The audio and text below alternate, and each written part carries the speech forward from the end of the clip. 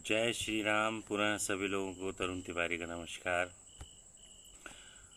प्रेरक प्रसंग नंबर 34, जब कांटे फूल बन जाते हैं। दोस्तों, ये मैं शुरू करूं उससे पहले आप सभी के सम्मान में दो लाइन कहना चाहूँगा। अतिथि देवो भवः कहती भारत की ये धरा। अतिथि देवो भवः कहती भारत की ये धरा। स्वागत करके आपका हम निभा रहे हैं परंपरा। सभी का स्वागत है, मेरे सभी दोस्तों का बहुत बहुत स्वागत है। दोस्तों, हम आज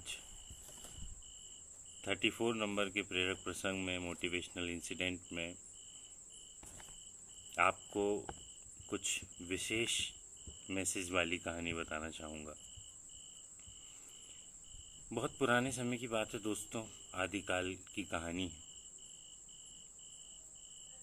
मुनि विश्वामित्र करके एक मुनि हुआ करते थे। बहुत सारे हिंदू भाई मेरे दोस्त जानते होंगे, विश्वामित्र जी का नाम सुना होगा।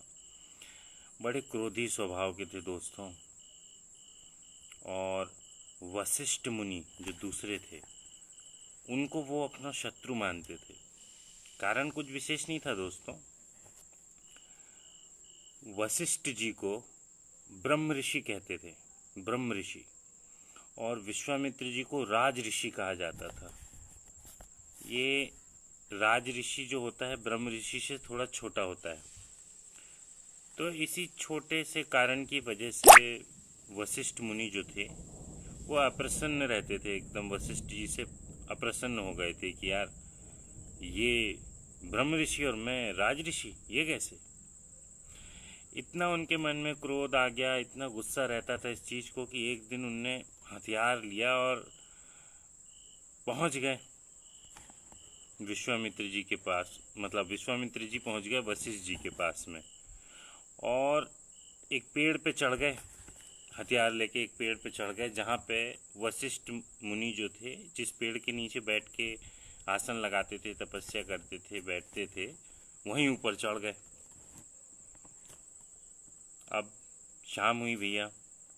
शाम होने के बाद में चांदनी छटी, चांद आया, तो अपने शिष्यों के साथ वशिष्ठ जी भी आ गए, उनके आसन पे आके बैठ गए उसी पेड़ के नीचे।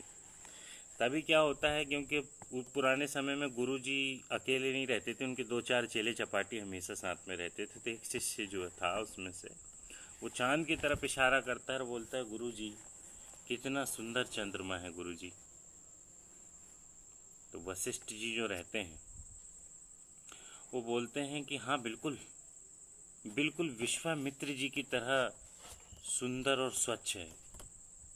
जब ऐसा वशिष्ठ जी बोलते हैं तो उनका जो शिष्य बोलता है कि गुरुजी, लेकिन विश्वामित्र जी तो आपकी निंदा करते रहते हैं हमेशा। तो वशिष्ठ जी उनको आंसर देते हैं कि भैया करते होंगे, उनकी निंदा करने से हमको क्या लेना देना, क्या सरोकार है हमारा उससे। हमें तो उनके जो गुणों से है सरोकार, उनके जो अच्छे गुण हैं उनसे हमको सरोकार है। वो एक महान पुरुष हैं, उन्होंने बहुत तपस्या की है, भगवान की भक्ति में दिन रात तल्लीन रहते हैं। जब इतना बोला तो उसके बाद एक और बात उन्होंने, वशिष्ठ जी ने कही अपने शिष्य से, कि मेरा तो जी करता है कि मैं उनके श्री चरणों में अपना सर रख दूं और उनका दास बन जाऊं। दोस्तों, जब विश्वामित्र जी ऐसी बातें बोलते हैं, मतलब सुनते हैं, किनसे? वशिष्ठ जी से।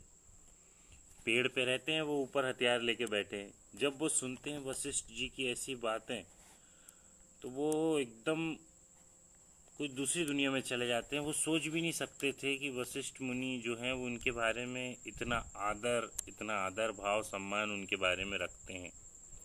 वो पेड़ से कूदते हैं, सीधे पेड़ से कूद के जाते हैं और वशिष्ठ जी के चरणों में अपना सर रख देते हैं और अपने बुरे इंटेंशन, बुरे उद्देश्य के लिए माफ़ी मांगते हैं।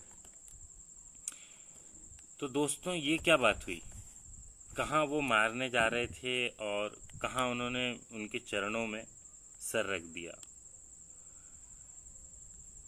दोस्तों, ये जो प्रेरक प्रसंग है ना, ये हमें बताता है कि प्रेम और आदर में कितनी ताकत होती है, प्रेम और आदर कितना सामर्थ्यवान होता है। आप अपने शत्रु को भी अपना दास बना सकते हैं, प्रेम और आदर में वो शक्ति है। तो ये छोटा सा प्रसंग था आपको प्रेम और आदर का महत्व बताने के लिए। आप सभी का प्यार ऐसे ही बना रहे। मुझे लगा कि मेरा चेहरा आप लोगों को उतना पसंद नहीं आ रहा है, इसलिए मैंने आज हमारे ब्रांड एम्बेसडर जो है प्रीति जी, उनके भी 2-3 वीडियो अपलोड करे थे। कोविड-19 की सेफ्टी के लिए उन्होंने अपनी तरफ से कुछ शब्द, कुछ मैसेजेस मेरे दोस्तों के लिए, जय हो फाउंडेशन के सभी सदस्यों के लिए और सभी भारतीय दोस्तों के लिए भेजा था।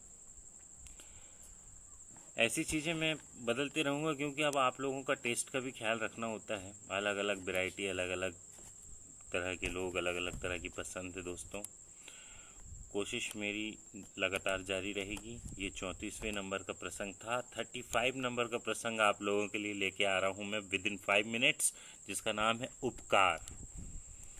उपकार दोस्तों, उपकार के बारे में जानने के लिए बस 5 मिनट दीजिए मुझे। मैं जल्द फिर से लाइव आ रहा हूँ और आपको 35 नंबर का प्रेरक प्रसंग उपकार बताने वाला हूँ। उपकार मतलब मदद। Thank you. जय हिंद, जय भारत।